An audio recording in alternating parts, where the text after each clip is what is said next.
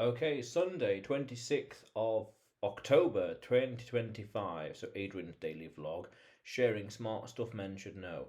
Curse of utility, Bitcoin's intrinsic value, market distortions, and demand finding supply. So, there's a very interesting concept in this space about money and what money is. And there's this idea that money has to have an intrinsic value, as in a sense of it needs to have some utility, meaning we can do something with it. Now, really, this was a big argument and debate in Bitcoin about 10 or so years ago in 2015, 16, yeah, 14, 15, around that time, certainly. But as of late, the past couple of years, it's not been talked about as much. The idea of Bitcoin's intrinsic value has not been discussed in general, just that whole concept. And I saw somewhere that it was described as an archaic and old way of thinking about things, or outdated even. And I agree. But I don't feel that that concept, that argument is well fully understood in the market and in general as to what's happening in the world. So we could say, no, we need to acknowledge that Bitcoin, as a revolution in money, has no intrinsic value, even though it's some interesting debates, but let's just say it has no intrinsic values.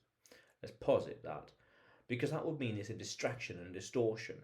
Because now we have a pure form of money, something we can use as money and nothing else. Just how in the same way, and I did a video about this, about a Bitcoin thought experiment, we could say this is a cloth for cleaning and nothing else. It's got no other utility apart from just cleaning. This is a stand for cameras. It's got no other utility. It just is that, nothing else. Oh, this is a book. This is a book for reading and learning and improving language, whatever else, and being entertained, but a book and nothing else. That's very important. So when we say that Bitcoin has an intrinsic value, we could say that's a feature, not a bug. Meaning this is money and nothing else. That's important. Because we can go further to say it's a digital money for a digital age. A digital money for a digital age. So I saw an interesting tweet that said, gold can hold a door. It can be a doorstop. And then someone replied, but Bitcoin can.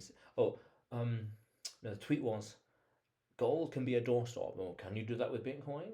And then someone replied saying, well, Bitcoin, we can move it across the world without borders, peer to peer. Can you do that with gold?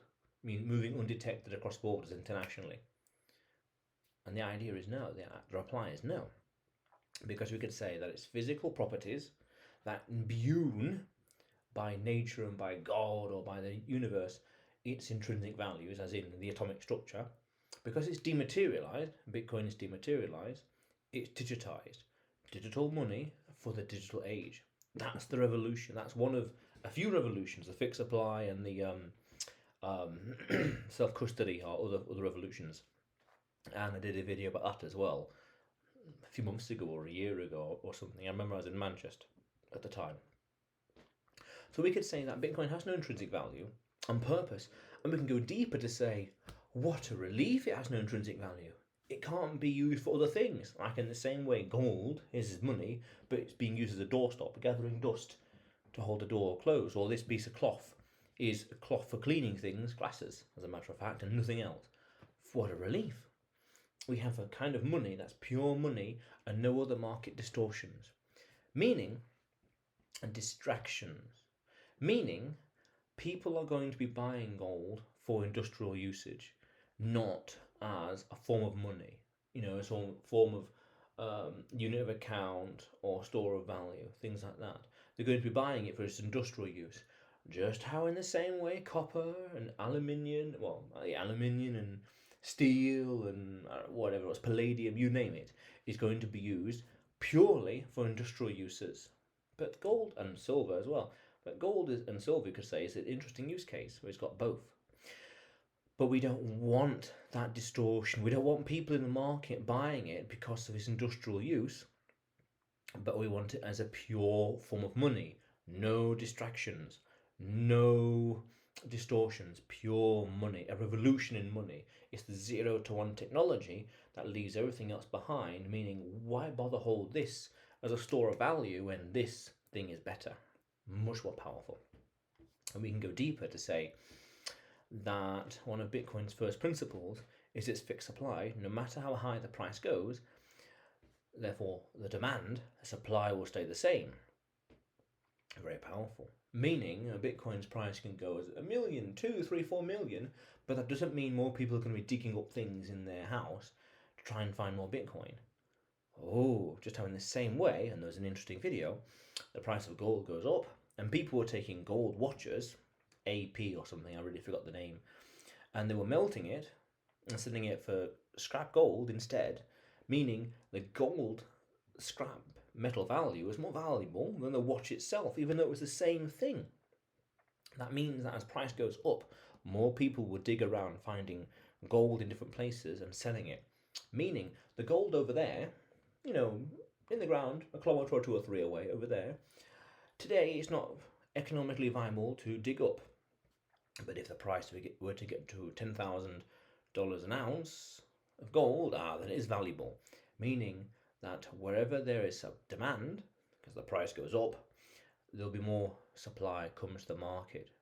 Therefore, you can go deeper to say, well, actually, gold in that regard is not a store of value, because it's we could say its half-life, but its inflation rate is critically too high. So 2%, rule is 72. 72 divided by 2, 36, meaning your store of value, your wealth, gets cut in half in 36 years, compounding, with a 2% inflation in gold.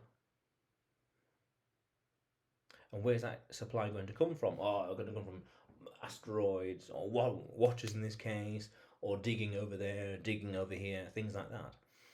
Or meteors in space, things like that, to mine them for gold and other metals. But no matter where you are, Bitcoin, you can't dig that up because it's dematerialized, because the protocol level, because it's built and designed purely as money and nothing else. Perfect. If you want to be building more products and other digits or other devices, yes, all the metals and minerals there are, by all means, as that's what they are used for in this day and age. But Bitcoin is pure money. There doesn't need to be intrinsic value. You could say, and this is a bit hyperbolic, it would be a disaster if there was an intrinsic value, meaning it could be used industrially, because it's a distraction and distortion. You want your money to be money, nothing else. Just how in the same way I want this cloth to be a cloth, I want this stand to be a stand and nothing else. I want this book to be a book and nothing else. In the same way. And I did a video about this as well, a thought experiment, taking all the different things and saying, could this be a form of money? Could that be a form of money? Or does it pass certain tests? No. Bitcoin is the revolution in money. That it is pure money. We can go deeper to say, here's like the sun and pure energy, kilojoules and watts and all the rest, and volts and currents. And we can say we need stores of value as close as possible to pure energy. And we can't take rays of sun and bottle it in a little glass, and that's pure energy. That's our time. I spent time, and life force, my life, my time, to earn this bottle of pure energy and sun. So otherwise it's melting away. It's like a bucket and there's holes in it. I need a form of money to store my value, to store my time. I need something as close as possible to energy, meaning it's as hard as possible to create, but also at the same time something that is just pure energy, nothing else, no other distractions. Because we can go further in that thought experiment. We can say, right, what about gold? What about silver? What about bales of hay? What about seashells? Things like that. It fails in so many things, and they each fail a critical number of things. That's why mankind, over the millennia in this point, has decided intrinsically over time on different things, and now we have that revolution, Bitcoin. Wow. We don't want it to have an intrinsic value. Thank goodness, what a relief there is no intrinsic value. The money is money is money. The money is money is money, nothing else. It's as close as possible through the proof of work protocol in terms of mining and the computation to pure energy. That's powerful. And I think as you understand that deeper and intrinsically, you realize that this is Bitcoin's half-life is going to zero over the next 10 or so years in terms of the inflation and emission rate going to zero. So the Bitcoin you have today will be the same Bitcoin and worth the same. Well, one Bitcoin will fungibility basically.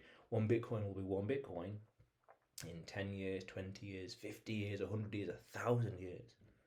Wow. Wow. Wow. That's a heck of a mind explosion. The money is money is money. Nothing else. In the same way, in the same way, in the same way. What a relief it can't be used for anything else. That's powerful. Very, very powerful. And fundamental. Powerful and fundamental to understand. But otherwise, Adrian's daily vlog, sharing smart stuff mentioned now. Subscribe for more, and you will see me tomorrow.